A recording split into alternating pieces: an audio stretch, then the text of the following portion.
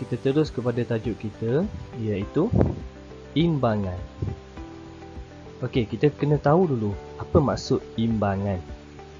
Okey, imbangan ialah kebolehan individu mengekalkan posisi tubuh badannya dalam keadaan yang macam mana? Dalam dua situasi, iaitu situasi yang pertama dalam keadaan pegun ataupun tidak bergerak, dan dalam keadaan bergerak. Kebolehan individu mengekalkan posisi tubuh badannya dalam keadaan pegun dan dalam keadaan bergerak. Okey, untuk lebih jelas, ini dipanggil imbangan statik. Kalau dalam keadaan pegun dan tidak bergerak ni, kita panggil dia imbangan statik. Dan dalam keadaan bergerak, kita panggil imbangan dinamik. Sedar atau tak, yang sebenarnya kita menggunakan kemahiran imbangan ini dalam kehidupan kita seharian. Kita sentiasa guna kemahiran imbangan ni. Contohnya apa? Berjalan, berlari, menunggang basikal, semua tu kita gunakan kemahiran imbangan. Kalau kita berdiri tanpa bergerak tu kemahiran imbangan statik. Kalau kita meniti jambatan, tu imbangan dinamik. Kenapa kita perlukan konsep imbangan ni dalam kehidupan? Kenapa kena praktik dan kena betulkan kaedah imbangan kita ni? Sebab untuk mengelakkan kita daripada terjatuh ataupun tercedera. Okey, seterusnya, untuk lebih faham tajuk aras kestabilan, buka buku teks pendidikan jasmani muka surat 4. Okey, kalau dah sedia, kita teruskan. Okey, tengok buku teks kamu muka surat 4. Ini adalah gambaran dalam buku teks kamu. Fahmi dan rakannya sedang melakukan aktiviti imbangan. Mereka melakukan pelbagai aksi imbangan, 1 tapak sokongan dan 3 tapak sokongan. Mari kita lakukan aksi seperti mereka. Bagaimanakah mereka dapat mengekalkan imbangan? Okey. Dalam gambar ni kita nampak macam-macam kedudukan, tapi dia dah bagi tahu kat sini 1 tapak sokongan dan 3 tapak sokongan. Cikgu dia kat sini dah bagi tugasan. Murid berbaju kuning 1 tapak sokongan. Okey, yang tengok baju kuning ni. Ni seorang 1 tapak sokongan. 1 tapak sokongan maksudnya 1 tapak dia yang menyentuh lantai. Ni seorang lagi pun sama, 1 tapak sokongan. Ni 1 tapak sokongan. Ni 1 tapak sokongan. Murid berbaju hijau 3 tapak sokongan. Macam mana 3 tapak sokongan? Kaki 2, tangan sebelah 1. 3 tapak sokongan. Yang ni pun 3 tapak sokongan. Yang ni 2 tangan sebelah kaki kawan ni. Nampak tak? Dia bergabung 2 orang ni. 3 tapak sokongan. Yang ni 3 tapak sokongan. Masing-masing sebelah kaki je. Nampak tak? Okey. Okey, kita nak tahu lagi apa info yang terdapat dalam petikan ni, dalam gambar ni. Okey. Yang pertama, semakin tinggi aras lakuan menjadi kurang stabil. Semakin tinggi aras lakuan, badan menjadi kurang stabil kerana kedudukan pusat graviti semakin jauh daripada tapak sokongan. Ni pusat graviti. Pusat graviti ni pusat kita lah. Yang pertama, semakin tinggi aras lakuan, badan menjadi makin kurang stabil. Contoh, makin tinggi kedudukan kita ni, pusat graviti kita, semakin kurang kita stabil. Tengok ni, pusat graviti dia rendah, jadi dia lebih stabil. Okey, yang kedua,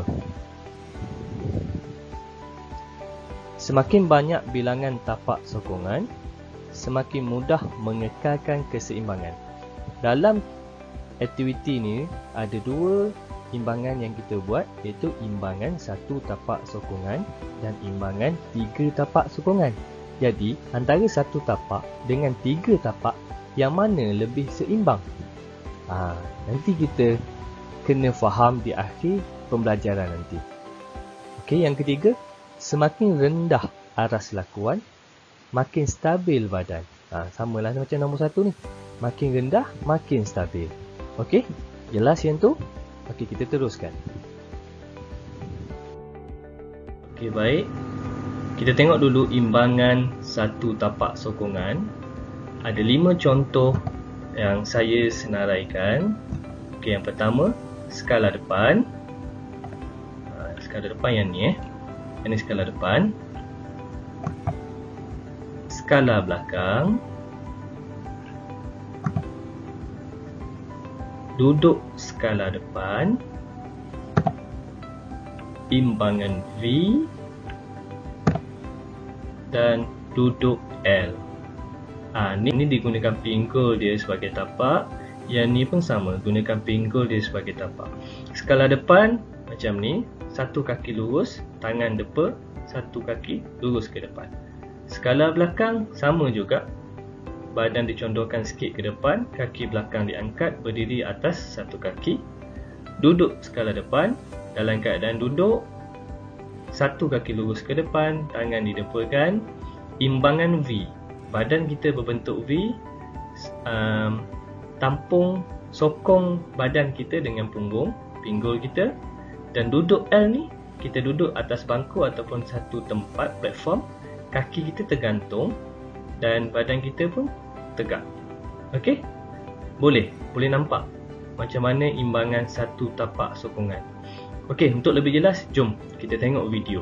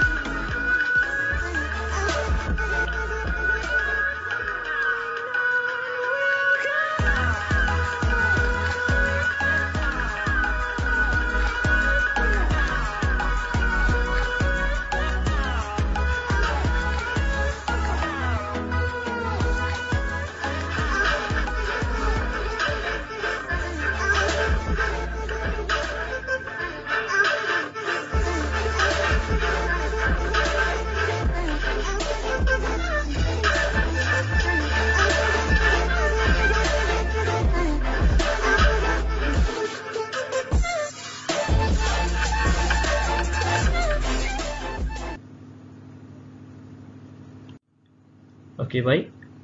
Jelas tentang video tadi, macam mana lakuan setiap aktiviti satu tapak sokongan, imbangan satu tapak sokongan. Okey, kita akan terus ke imbangan 3 tapak sokongan. Okey, ada beberapa contoh, ada 4 contoh yang saya sediakan untuk imbangan 3 tapak sokongan. Yang pertama, plank satu tangan. Yang kedua, imbangan 3 segi. Yang ketiga, imbangan jambatan. Dan yang keempat, imbangan bahu. Okey, plank satu tangan.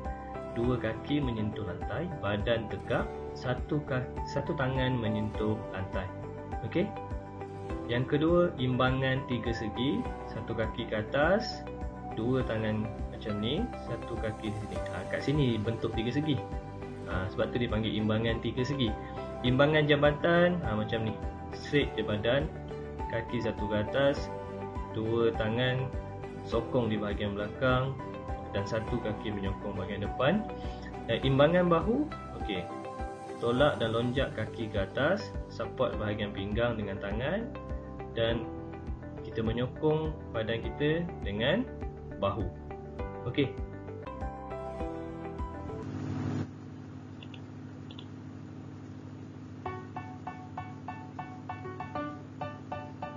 Okey, yang pertama, plank satu tangan. Tengok lakuan yang dijalankan.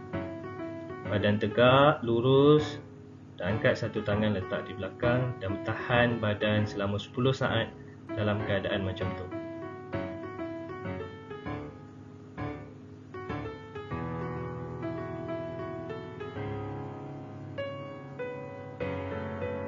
Yang kedua, imbangan segitiga.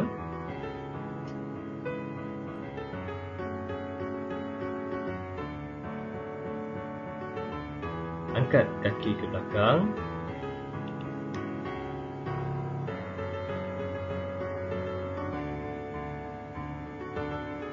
Seterusnya imbangan jambatan.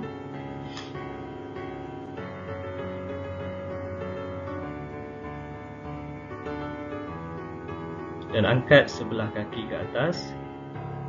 Di sini 3 tapak sokongan. 2 tangan, 1 kaki. Dan yang terakhir, imbangan bahu.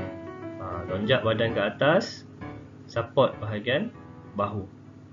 Badan kita disokong oleh bahagian bahu. Okey, jelas? Macam mana imbangan-imbangan yang saya tunjukkan tadi? Ada 2 jenis, iaitu imbangan 1 tapak sokongan dan imbangan 3 tapak sokongan. Semakin banyak bilangan tapak sokongan, semakin mudah mengekalkan keseimbangan.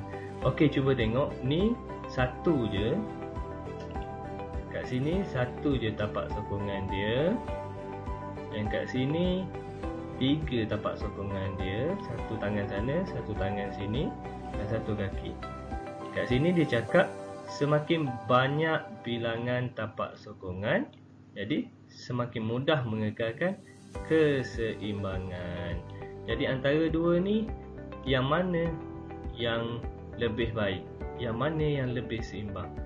Mestilah yang ni. Sebab yang ni gunakan 3 tapak sokongan daripada 1 tapak sokongan. Okey. Yang kedua, semakin rendah aras lakuan, makin stabil badan. Kita nak tengok yang mana rendah, yang mana tinggi. Sini pusat graviti dia, sini pusat graviti dia. Okey, lagi rendah, lagi stabil. Jadi yang mana? Tentulah yang ni. Lagi rendah, lagi stabil. Okey, baik. Jelas tu?